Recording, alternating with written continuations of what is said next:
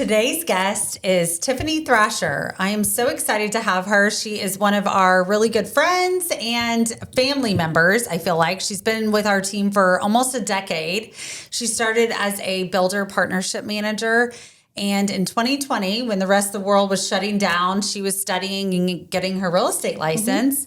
And I'm excited for her to share a little bit about her growth over the last 5 years. Her first year wasn't a full year, really, was about 3 million. And then she's grown to 28 million and 74 units this year. So pretty remarkable. I'm excited for her to share her little tips and kind of how everything's happened for her. So, okay. So you want to give us a little bit of your background? Yay. Well, thank you for having me. Very exciting. Yes. So yes, my background is in education. I have my bachelor's degree in teaching and then went back and got my master's degree in counseling. But then stayed home with my kiddos for a little bit in between all that. And when I decided to re-enter the workforce, I ended up accepting a job with a mortgage company. So it was marketing, and my clients were agents, realtors in Houston. And so that was my job, and that's how my first exposure to real estate happened, and I kind of fell in love with it. And one of my clients was the Franklin team, which, as you know, that would be a big fish if that's, if you're a mortgage company to have the Franklin team. So I really respected them. And then next thing I know, I ended up jumping ship and joining your team as a business partnership manager, not a realtor yet. And so my job was to present our programs to the builder partners, salespeople. So I did that for a few years and loved it. And then naturally the progression was during COVID, for some reason, I decided to get my license. And loving it. And just, it's been great to see your growth from like where you started. I remember when you were wanting to get your license, you were nervous, Nelly, and really worried about, am I going to pass it? And tell us about, you trying to get your license because there was no testing centers open, crazy. Right? Yes, I was very secretive. I didn't tell Sarah that I was officially doing it yet because I thought, well, what if I don't pass the test? So I didn't. I texted them after I passed the test to tell them. But anyway, when I studied for months and I was ready to take the test, it was COVID, so all the testing centers shut down. And you couldn't take any tests. I mean, you couldn't, RNs, there were a lot of different professions that take their exams. None of us could take anything until it opened back up. So I think it was closed for like a month or so. Yes. And then when it opened back up, I was right in there and took my test and passed, by the way. She passed right away. I did pass. I did. Thank God. So it just hit the ground running. But like you said, I didn't have a whole year because that was in May of 2020. Yes. So talking a little bit about, so you've got a lot of knowledge from the lending side of things, from the new home construction side, because you were calling on builders. And so it definitely was a progression into, coming into the builder division, which anybody who knows our team very well knows that we don't really add people to the builder division. We expand and we're always calling on builders, but we make that a very tight knit group. And because builders are so important to us, we want to just make sure that the care is really good. And so when she went over, it was definitely a natural way, but talk a little bit about going in and asking for business, because essentially that's what you were already doing that, but essentially instead of asking for it, you were going to be the one handling it as well. Right. So my job before was to educate them on our programs and how we could be a solution for their clients to close more deals. But really what value we brought to it, because there are tons of agents in Houston. So what set us apart? So I knew the programs inside and out because that was my job. So then when I got my license, it was a natural progression to just step into that real estate role. And I did already have the relationships with the salespeople, most of them on the north side at that time, and tell them just, I'm now an agent with the Franklin team. I can still offer the same programs. You know who I am. You know what I'm about. But now I can handle it from the referral point all the way till the end of the transaction and beyond. And it was exciting, but it's always scary too when you're the one in the seat instead of just sharing the programs. I really had to implement everything and see it all the way through to the end. But it's so cool to watch like the growth behind that because I mean, you're at 28 million in production. I mean, that's like, and you're on a team. So like, I mean, that's a pretty impressive, right? Like you're going out there. I mean, most agents, first off, let's talk about 2020 when a lot of agents joined and got their real estate license because that's what people were.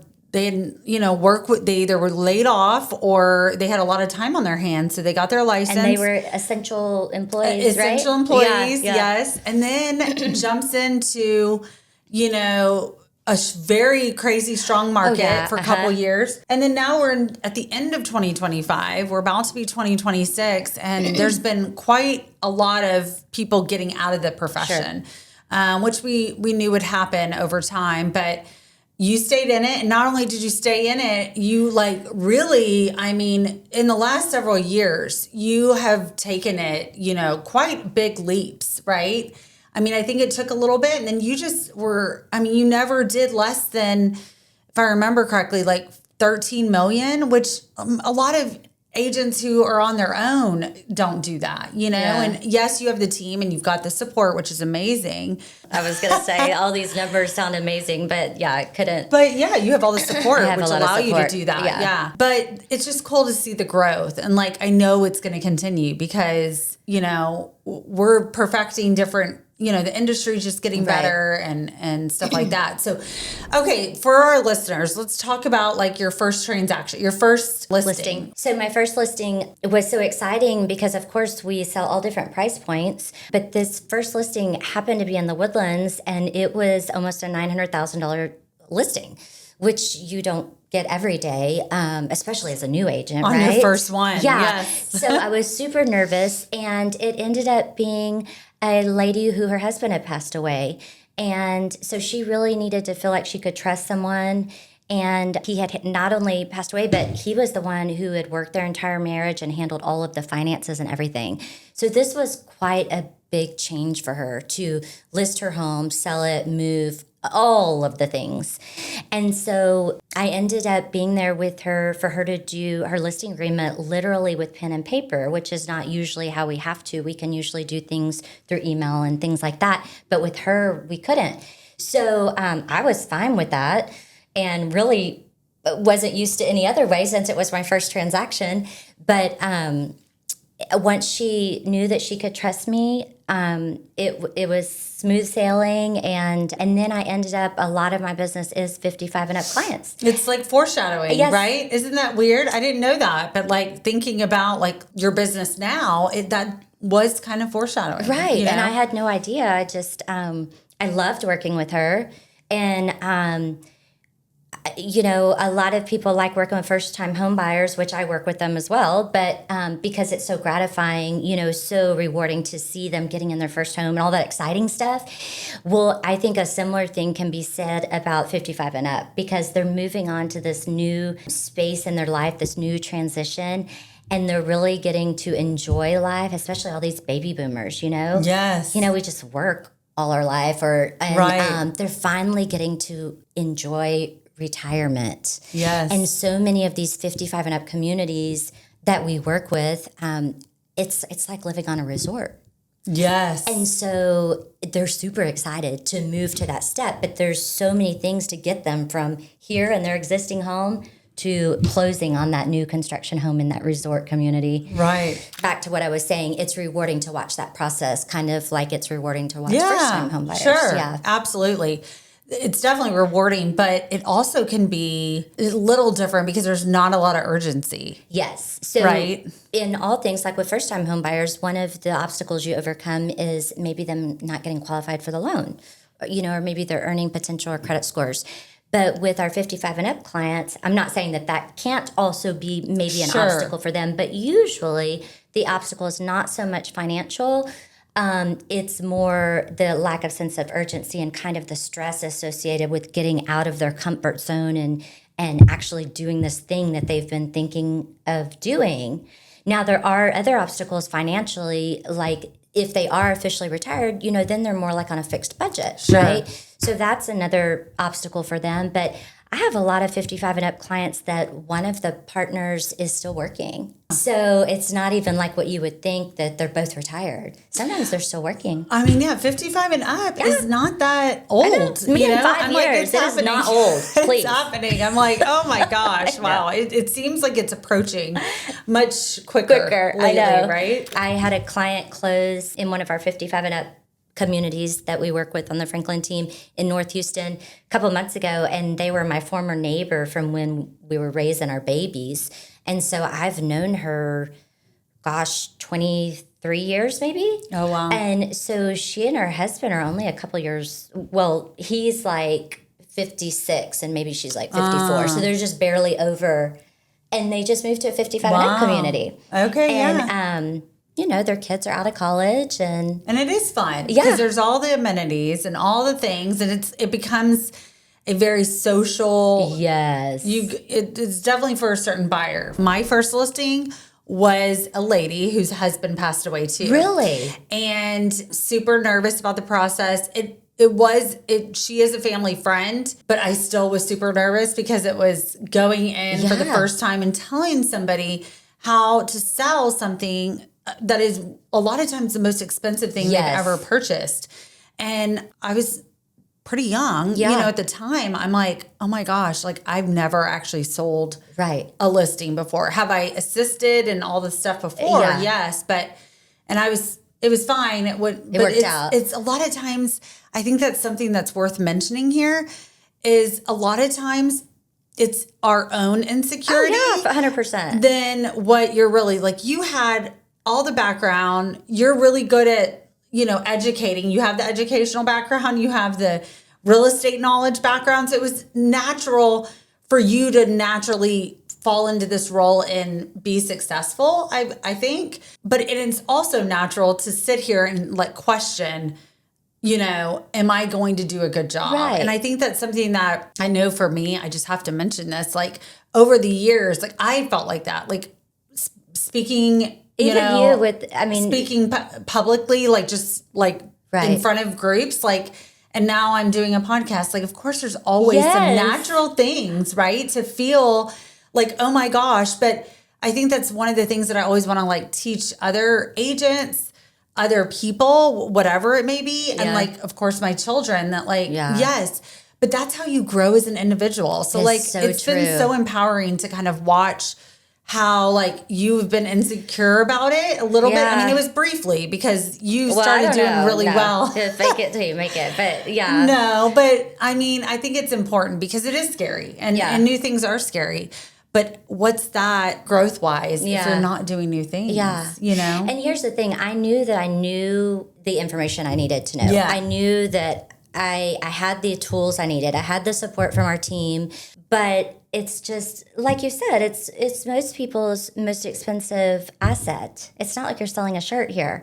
Yeah. So it's a big sell to ask them, to trust you with this instead of all these other agents who maybe have been in business for 20 years or whatever. And it's so true about the insecurity because I think back when I was first on the team in the builder development role, and I do remember you not wanting to speak very much at our builder meetings. And now, you're doing podcasts and have opened so many other businesses and a complete role model and businesswoman. But I'd forgotten about that until you just said it. Yeah. But I remember you kind of being back against the wall no, Andy. For the longest time, so much to where I made a goal to get better at it because I knew that was a weakness of mine. And so took classes to publicly a one-on-one class. And we did it. Actually, it was around the COVID time. Maybe it was around the time you had just gotten your license maybe. Because I remember we did a lot of Zooms, which I feel like you didn't really do Zooms before COVID. But, so it must have been around the COVID years. And, just worked at it for a long time. Yeah. So, and then now doing this, which is crazy. Now you make it look so easy. I don't know about that, but thank you. It's fun. And I think it's good because it's just following in our purpose of wanting to help people, which means educate them. And so tell me a little bit about you having to educate clients with, your specific buyer profile or buyer seller, your client, focus it tends to be like we were talking about the 55 and up retirement. How it's a different aspect, right? There's a lot of hand holding, which we did talk about, but like, and the time frame, but like, what are you kind of seeing like when you have to help them, because you're helping them sell that and then purchase, right? And there is some time lagging, and there is a lot more hand holding than. Right. I noticed that there's a bigger range of difference in the clients. So if you're working with like a 30-year-old, 40-year-old, 50-year-old, whatever, non-retirement age, non-55 and up, you assume that they're on email. You assume certain things about their life. But in the 55 and up population, there's a broad range. Some of them are very savvy with technology, and they work out every day, and they're just super young for, their age. And then sometimes they're not, like my parents are not on email or online. And so they won't see this video because they're not online. But everyone's different. So I have to go into it. Like when I'm getting their information, I'll literally ask them, what's the best way for me to communicate with you? Because I can't assume that they're even going to receive an email, right? And you wouldn't think that with the 30 or 40-year-old. I think that's a valid point that like anybody on our team could learn from, because we're talking to clients so often. And I think sometimes email tends to be the easier way, right? Yes. Because you can just send it off. You don't get a reply right then, and you check that box. But some people, and I'm especially saying this for like the listing team, or like any of the realtors that are calling on, like that is a really good question to ask, because you can't just assume. Just because we all like email or text message, some people still want a phone call, and they still expect a phone call. So email's efficient, but it's not necessarily the deepest relationship maker. Yes. You know what I mean? Right. And so, a lot of times my clients I try to call no matter as long as I can answer the phone, I try to be good about answering it. And they'll say, I'm sorry, I'm bugging you again. I'm like, you're not bugging me. It's fine. This is my job. Call me anytime. Right. But they feel like they are. They appreciate that, because a lot of those they do want to be on the phone. But I think that's a good point, because people do, and yes, the world has moved towards instant gratification. Yes. But that's why even phone calls, because they get an instant answer. Yes. Maybe you don't get an instant answer when you send it, but a phone call, I mean, it's a lot more efficient. Yes. Sometimes. Maybe not with documents, but a lot of times making people feel better, and relationship building, like you said, is definitely a good part of it. Yeah, in the end, it's building relationships for sure. And, even though I knew for a lot of years that I might want to get my license, but the timing was never right. But then when the timing was right, I see that it was God's plan for everything, the way everything worked out in different stages of my life. But now that I'm in this role, I look back and I think, wow, I am using my counseling degree and my education degree. Because a lot of times I'm at the kitchen table and the clients might have lost their spouse, or sometimes they're going through a divorce. There's all different situations. And those are very tough scenarios, but they still need your professional advice and services, but they need you to be present with them and be able to walk through that fire with them. And it's not always the best situation when it happens. And so I didn't realize I would be using my counseling degree in that way at kitchen tables. We really are. Right. We really are counselors a lot of times. And they have to trust you with all of their private information. A lot of that comes out during the process. Well, it's stressful, and so of course, having that background helps to be the leader and navigate them through these, things. They don't do it every day. Right. And so they're stressed, and it a lot of times opens up a lot of things that it seems like it's fine. And then you hear it's interesting. I'm sure you can share all kinds of stories. Actually, let's talk about that. Like, what was your craziest story that comes to mind of somebody that you dealt with on a buy or a sale? I know right off the top of my head. I helped them sell their home and purchase their other home. And they had been married forever. Their kids were grown, had grandkids and all of that. And but they just didn't really get along very well anymore. And so at the table at the listing appointment, they're kind of like bickering right in front of me. And then he gets up, I think it was to use the restroom or something. And she's, kind of talking not very nicely about him. And I can hear him. He's coming back and she's still talking. And I'm thinking, oh my gosh, this is a nightmare. Like, you don't want to be there. It was awkward. That was an awkward one. But they ended up, their home sold beautifully, and they purchased a new construction home in a 55 and up community. And I think they're still happy today. And, Wow. So they just had a bad day. Maybe, I don't know. Everybody's dynamics are so different in the relationship. And sometimes that comes out like So I had one that, like, right when I asked you the question, like, it came straight to my mind. And it was very similar. They've been married. They have grown kids. And she called me after the appointment. She didn't tell me while they seemed fine when they were together. He was disinterested, but she was rolling, running with everything. And she called me and said, I'm divorcing him after the sale. Okay. He does not know yet, but this is wild. I catch him in the middle of the night leaving the house. What? In the middle of the night, he leaves the house for several hours. And I think she just assumed there was, infidelity and that's what was happening. But it'd be like midnight. And like yes, wild to me. And they lived in Bridgeland, and it was just a normal big house. But it was wild to me. I'm like, oh my goodness. Right. Okay. Like, this is interesting. Yeah. And sure enough, she called me after it all closed and everything, and she went one way and he went another. But who would have thought you have to be a marriage counselor? Or like, Isn't that wild? It's interesting. But I think people in those situations when big transitions are happening, they really appreciate, you being like the guiding light for them. I think that's really, and being the voice. Because sometimes you get one person over here, and there's got to be somebody like being the reasonable one in the middle. And there's a lot of emotions involved in a sale of a home.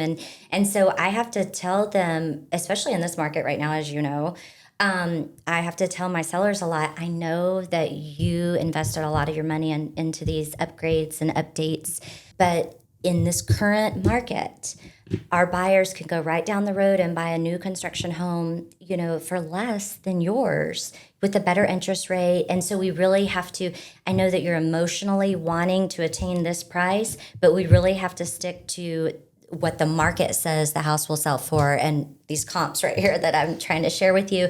And I know it might be hard for you to hear. I don't like being the bearer of bad news, but it wouldn't help anyone if I sugarcoated it and I didn't tell you the truth, right?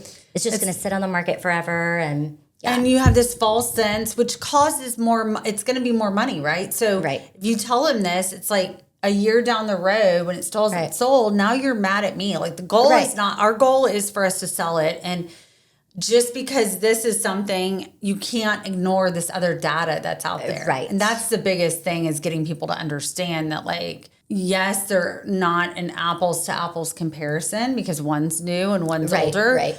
But if the prices are very similar, that's where it does come into play, and where buyers are going to want to go. So, and I've told him my personal story, because I had remodeled a home in the Woodlands years ago, and then we ended up selling it a year and a half later. Well, you don't have time to, you're not going to get that money back out anyway. It depends on how the market is. But basically, to make a long story short, we sold it for exactly what we bought it for, minus all, I think it was about $90,000 of upgrades we had done to it. Well, that was not the buyer's fault. No. So we had to walk away from that. So we sold it for exactly what we'd paid for it. Plus, that was before I was an agent. So, the closing costs and commission and all of that. And so I share that story with them because I want them to understand that, yes, I'm your realtor, but I'm a person too. And I have been in your situation. I'm not just up here saying, this dollar amount to get the transaction closed. Sure. I'm telling you the truth, and I've lived it. Yeah, that's a good point. So, I like that. Yeah. Because it is touchy, and especially with, the market right now is a little challenging. And then with solar panels and pools and things like that, sometimes it's a natural tendency. They want to take the market value and just add on, the like solar panels or the pool. They paid $20,000 for this, and they want to just add $20,000, and they don't.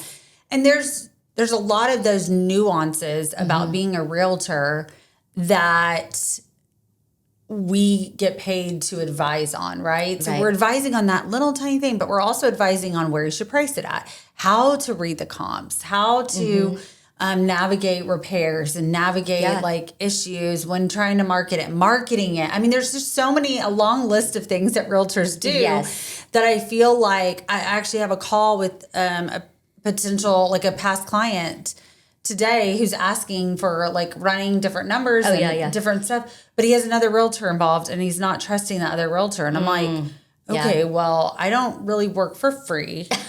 So otherwise, you know, if you have an agreement with that person, you either need to move forward with that person or, you know, whatever. That's where trust is so important, right? Exactly. I mean, exactly. So coming back to me, but just using me for my, not my, like using me for my, because I can read and understand stuff better and then explain it to sounds you like so he you can trusts move you. Yeah.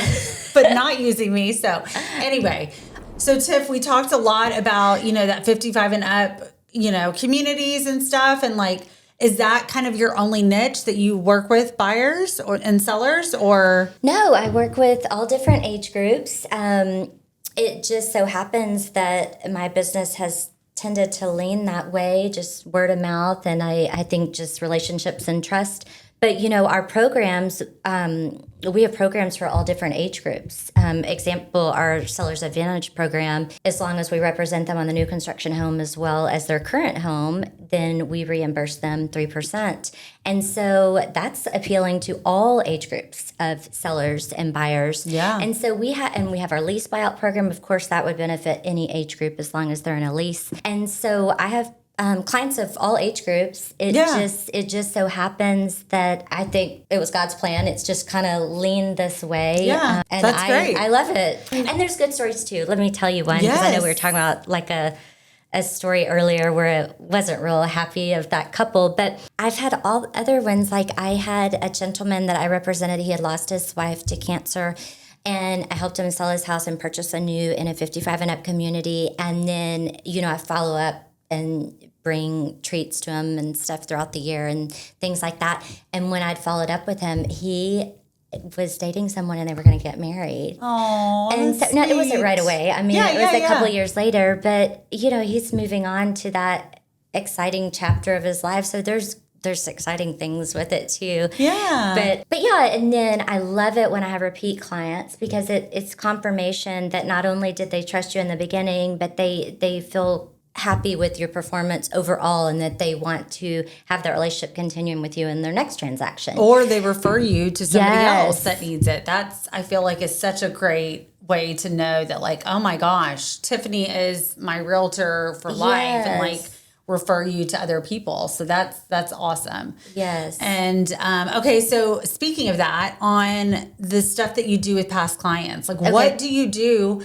on your people who've closed?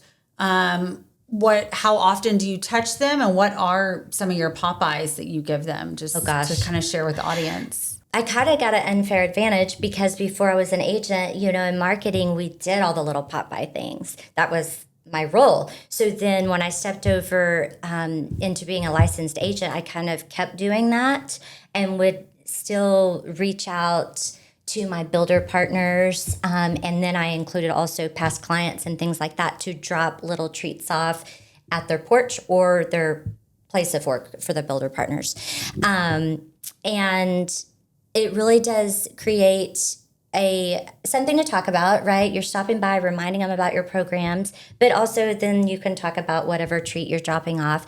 Specifically, my past clients, I drop off a pie at Thanksgiving, and around the holidays, usually like Valentine's Day, and then I try to do at least one in the summer, I'll drop off other little treats on their porch. I'll knock on the door, and if it's not something that melts, I can leave it on their porch and text them, hey, I just left a treat on your porch. All different kinds.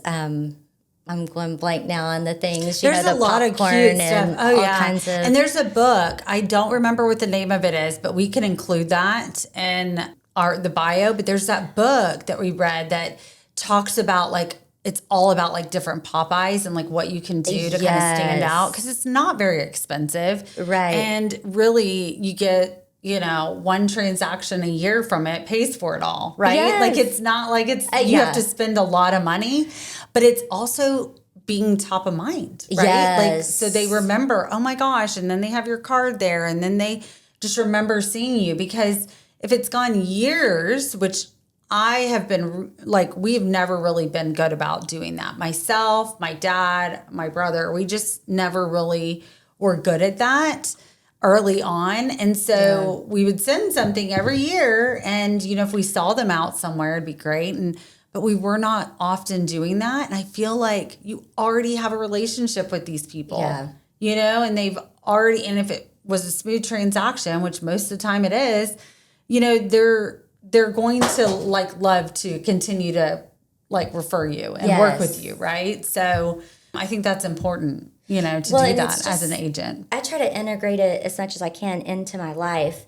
And so some of the salespeople that I work with who work for builders are friends of mine now. You know, I go to their baby shower or their Friendsgiving a couple of weeks ago.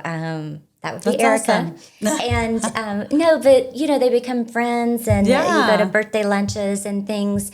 And it's like great. Coworkers. And then my husband and I took a couple of our client, it was 55 and up clients that had both closed in the same neighborhood, but they didn't know each other. So they were couples. But I was like being a matchmaker for a friendship for them. Oh, I love that. So I introduced them because they were on the younger side of the 55 and up community. And so then they reached out, hey, do you want to all go eat? And so we did.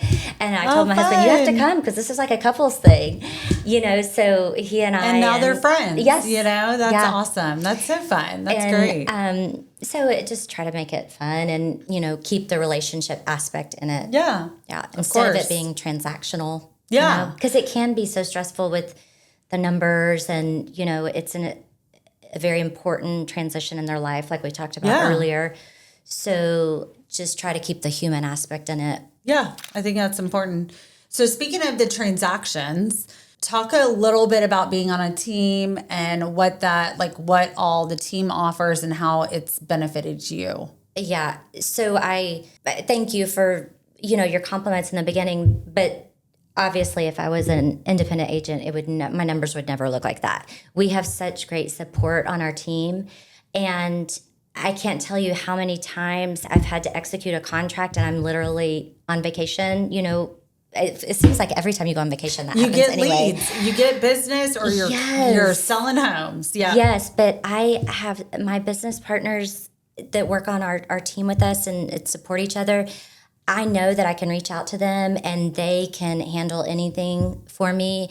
And they're just such a blessing. And that's how I want to work. I understand that some people like to work on their own. Sure. I'm really not. I'm just more of a people person than that. Same with exercise. I'm not going to do it on my own. I have to be in the group class, you know.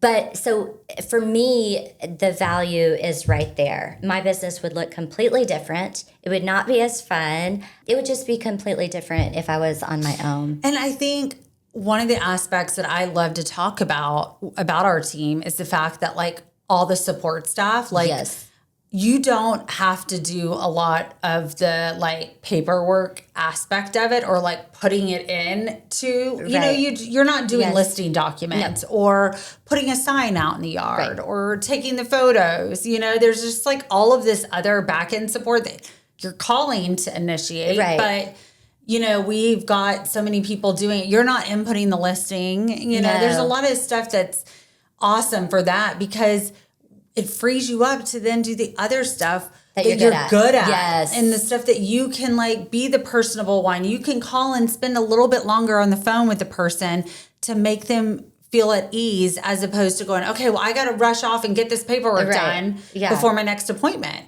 So when you're working on your own, you tend to not be able to do as much, or you're doing the stuff that you don't really like to do. And so you're so good and so personable and so, you know, a connector that it would be a waste to have you doing inputting in a listing. Yeah. You know, like it's just like. But I'm so thankful for my partners who helped me with it. Yeah, they're exactly. So good at they're it. So good. They're so amazing. It's way better than had we been doing it ourselves. A lot of builders, we do a lot of their, you know, listings as well. And a lot of times the management calls and goes, please take over the listings because the salesperson was doing it and they had a finger in the photos or whatever, like they just don't know how to do that stuff. There's like defined things that people can be good at. And so I think that's what's so cool about our team is we've kind of, refined that where we're, okay, this person does this good. You do this good. You do this good. Let's have them do what they do good of. And then everyone's happy and everyone's excelling. And we all have different skill sets for sure. Exactly. And so I think it makes more sense and everyone's happier if you maximize what you're good at and let someone else maximize what they're good at. Yeah. And like when I go on my listing appointments, I tell them what the timeline's going to look like and what the steps are going to be and that we're going to use a professional stager and then a professional photographer. And I've had them ask before, if we can cut out one of those steps. I'm like, no, this is how we do it. And to put our name under it, it has to look good. This team has worked hard to get where it is. And so we're not going to have a listing out there that doesn't have professional photos. And it's just part of the way we do things, the team that y'all have built. And they've received that well, I like to say it's a well-oiled machine. Yes, I feel like so. With the experience that we've had and the way we've done it, especially over the last several years, the technology that we've brought in and all the different stuff that's helped support a lot of it. It's just, it's how it's supposed to be. And it is how homes that are staged and have professional photos look way different than the other person down the street who does not have that, It's a big integral part of selling homes, I think, too. Right. So, and I talk about that too in my listing appointment that because there are so many agents out there, I kind of address the elephant in the room, so to speak. And I tell them that I am a full-time agent and this is my career. This is not a part-time gig. You're going to be talking to me the whole time. I'm negotiating the whole contract with you, the repairs, everything. You're not going to be, I just go ahead and say that because we live in a huge city. There's so many agents. You don't know if they're interviewing other people. And so I just go ahead and get that out there that, there are a lot of different agents. You're not always going to get the same. Yeah, there's like 40,000 realtors. A lot of them don't do near the amount of business. There's only a small portion that do there's a lot of people who are part-time or don't produce. But there's still, even in that amount, however many that are actually producing, there's still a good amount of agents, And so I think it's all about, connecting with the person, building that relationship and that rapport. For sure. But also, like, can they trust you? And, and you just come off as a very trustworthy person. So I know that. I hope so. I know that the integrity is there and the intent is there and that I would only do what's best for the client. But, they don't know that. And so. They don't. But I think there's things that come off just by the way you talk. I feel like you're just a kind-hearted, sweet person. So I think that's why people connect with you and can trust you. So I truly like people, and I think that's one of the reasons I like this industry so much is you're not just stuck behind a desk. Oh my gosh, yes. Yeah, I couldn't. That's how my first job was, and I did not like that. I couldn't. I mean, I know I would if I had to.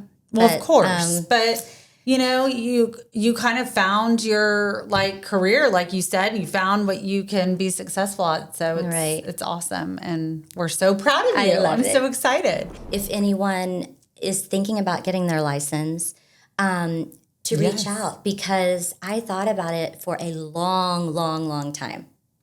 And I would always talk myself out of it. And I was scared what it would look like. And, the timing just wasn't right. And so I'm so glad that I had y'all there to support me and for me to take that step. And I'm so glad I did it. But I do think there was a reason that there was perfect timing and that I was supposed to wait until then. Yeah. So I think that's important for people to know because it's scary to do something new, but it can be so rewarding and so fun. And so fun. And I think that's a great point. I think, if you are an agent and you're looking to potentially get your license, maybe it's not tomorrow, but maybe in the next year, or you just want to kind of talk it through, Tiffiny would be a great person to speak to about it and kind of where she was at and how she navigated through and realized now is the time to do it when you did it. So I think that's a great point as well, for sure. Well, thank you so much, Tiffany. Yes. I think this is so great. And if you are looking to buy or sell or become an agent and want to connect with Tiffany, we'll have that in our show notes and everything. So please reach out. You can follow her on Instagram and Facebook. She just started doing some more fun videos. I can't wait for people to see. You're so cute. You're sweet. Thank you again for joining and listening to the Franklin Factor podcast. We'll see you later. Bye.